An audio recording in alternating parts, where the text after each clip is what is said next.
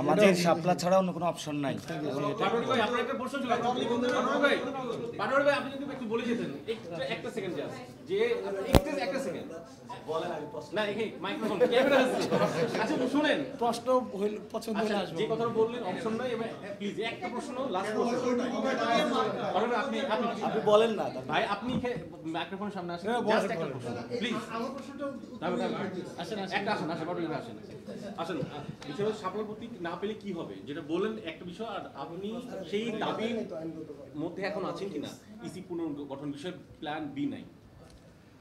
আমরা তো নির্বাচনের আগে ইসি পুনর্গঠন করতে হবে, এটা স্ট্রেইট ফরওয়ার্ড, এবং ইসি যেভাবে পুনর্গঠিত হয়েছিল সে আইনটারও পরিবর্তন করতে হবে এবং ঐক্যমত কমিশনের যে নতুন যে সিস্টেমগুলো আছে সেটা অনুযায়ী এই ইসিতে যারা সাংবিধানিক প্রতিষ্ঠান অনুযায়ী নিজের ভালো কাজের পরিচয় দিয়েছেন তাদেরকে রাখা যেতে পারে, কোনো ব্যক্তি আকারে নয়।